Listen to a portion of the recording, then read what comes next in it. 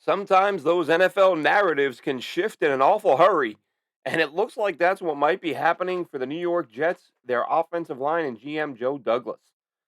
I'm Glenn Naughton with JetNation.com. Be sure to log into JetNation.com where you can register and become a part of what is the most active Jets message board on the web.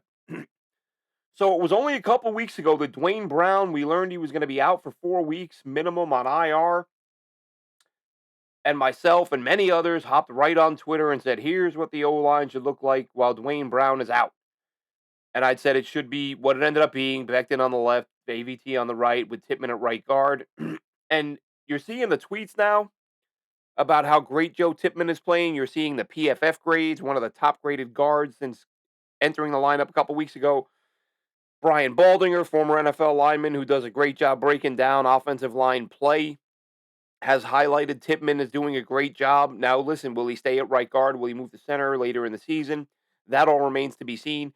But what's happening right now is we're seeing an offensive line that played poorly early on in their first game together. But let's look at what they were working with here.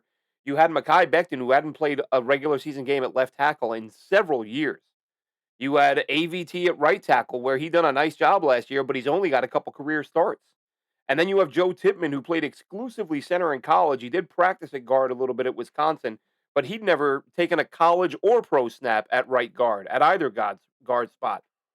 So then you've got Laken Tomlinson, who's coming along. I don't know if coming along is the right word. That's maybe more of a term you'd use for a young guy, but Laken Tomlinson is playing better of late. Let's put it that way. It's only a couple weeks, but he's looked like a better player than he did for much of last year and early on this year. And then, of course, you have McGovern at center, who people, the viral clips of Micah Parsons blowing him up.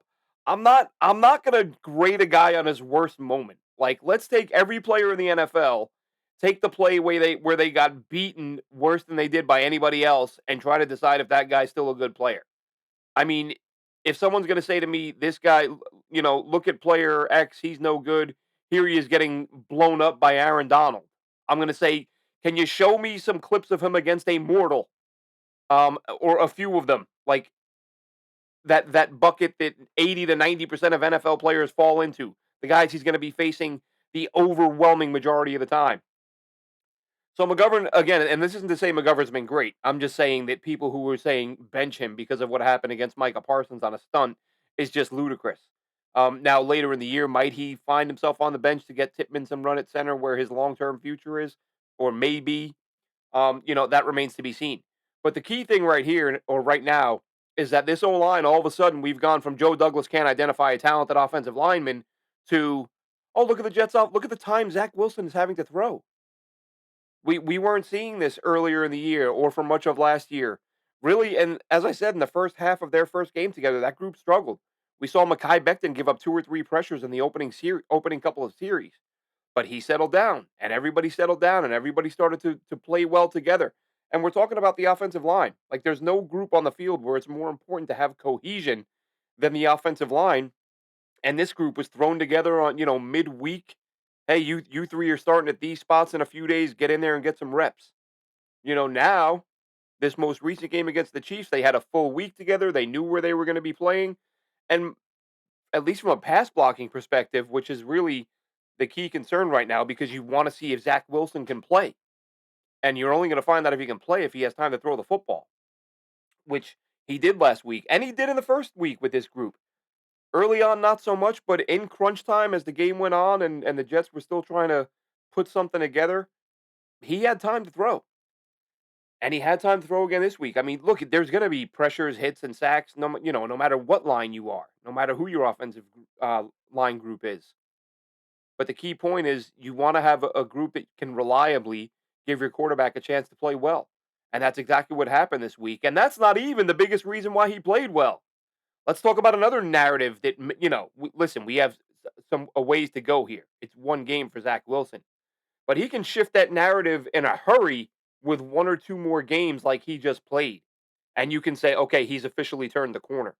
And the reason why Zach Wilson's performance against the Chiefs is so encouraging to me is because this wasn't a game where the offensive playmakers stepped up and did a good job moving the ball while Zach continued to do what he's done over the past, 8, 9, 10 pro starts. This was let's face it, this was Nathaniel Hackett finally saying, "Let's take the things Zach has done best for several years now, going back to college and his time in the NFL. Let's take the things that have helped him out and do those things. Let's roll him out. Let's move the pocket. Let's use some play action. Let's let him use his legs." And he did all those things, and all of a sudden, some stuff opened up.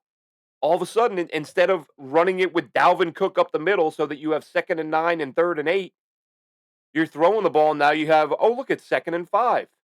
Oh, now it's 3rd and 1. Oh, now we can run a little play action. It's frustrating because for the fans, this is what we've been calling for. We saw more Jeremy Ruckert. All these things that hadn't been happening, that fans were wanting to see happen, began happening. And it was made possible by the O line. They did a nice job up front.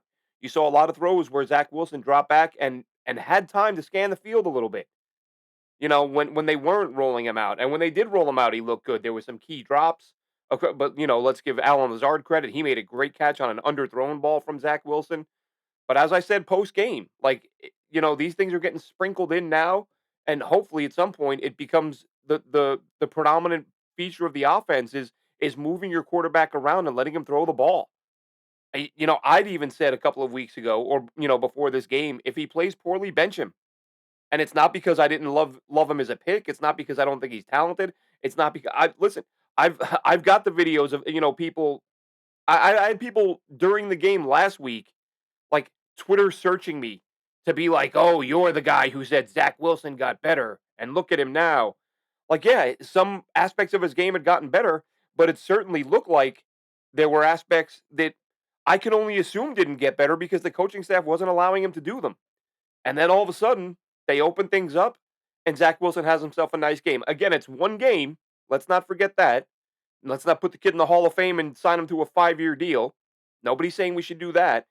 But what I'm saying is the O line narrative is already shifting, and the quarterback narrative could be close behind. And I mean, listen, whatever Zach's going to do this upcoming week against Denver, you couldn't ask for a better opponent. I mean, this is an opportunity to say, have you taken some strides? Justin Fields just smoked this team. Now, Justin Fields, of course, I didn't watch that game, but he uses his legs a lot more than Zach does. But he still made some great throws from the limited clips that I did see. 4 touchdown passes, I believe. This is a team that gave up 70 the week before. So Sean Payton, who had plenty to say about the Jets before the season, of course, he's walked that back now. Nicey nice. Everyone's great, and the Jets are fantastic. Right. We know what Sean Payton thinks of the Jets. Like that was a rare moment of I'm going to speak my mind and it's not going to be coach speak. And then when you realize what you said, you backtrack and you go to the coach speak. But we know what Sean Payton really thinks, not really of the Jets, but of Nathaniel Hackett. And I don't think Jets fans would really, after those first few weeks of Nathaniel Hackett, you were kind of thinking maybe Sean Payton was right. Maybe this guy's that bad. So whatever it was, whether it was a moment of clarity for Nathaniel Hackett or if it was Robert Saleh going to him or someone on the offensive staff sitting down and saying, "Look, man, we gotta let Zach do what he does. Let him do what he does well, and if he fails, he fails. But you let him try, by playing to his strengths." So narrative shift with the O line, narrative shift at quarterback. Hopefully, just a couple of weeks away. You've got Denver coming up, a defense that's giving up more points than anyone we've ever seen. So, great opportunity here for Zach Wilson. Great opportunity for the Jets. There are still some things they could do better. Um, Dalvin Cook. I mean, you're gonna keep playing him? At what point do you say this was a mistake and give Izzy Abanikanda some carries? Um, listen, we saw Xavier Gibson become part of the offense last week. He didn't do a ton. He had a nice little run after catch on one play. Wasn't a big gainer, but made some guys miss. Got some extra yards.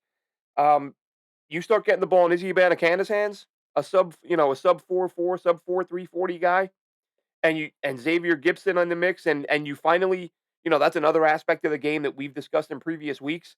If you see man coverage, just throw it to Garrett Wilson. Like nothing else is working for you. Just throw the ball to your best player every time he's in man coverage. 9 targets for Garrett Wilson last week, which I think was a season high. No big plays, but in terms of no big chunk plays, but still did a really nice job. We saw Jeremy Rucker get involved in the passing game. It was fun. Fun. That's how I would describe that game. You lost and it sucked and it was great opportunity for a win. But as I said going into the game, just play competitive football and give fans a reason to believe that there's something there with Zach Wilson. And we may have gotten that on Sunday in a game that, the Jets fall to the Chiefs. But big picture wise, as I said after the game, that's a building block. That's it to me, it's not a moral victory, it's a confidence builder, which is so key. I mean, just Google look the scientific research on what confidence does for athletes is undeniable. And Zach Wilson hasn't been playing with it. It looks like he's got some now. He's playing a defense that could give him a lot more, and hopefully get this team on a run where they're putting up some points and win some football games. But narratives are shifting, folks. Very early stages, but it doesn't take long. 2, 3, 4 weeks in a row of doing the right thing, and all of a sudden people start looking for something else to pick on. But right now, the O line coming together, three young guys playing well, another guy in Warren waiting in the wings. At some point, may see the field, and Zach Wilson, his best game as a pro, in my opinion, against the Chiefs. Now he's got Denver up next. Let's see what he does. Let's keep these narratives shifting and hopefully get this team trending in the right direction. Have a good one, Jets fans.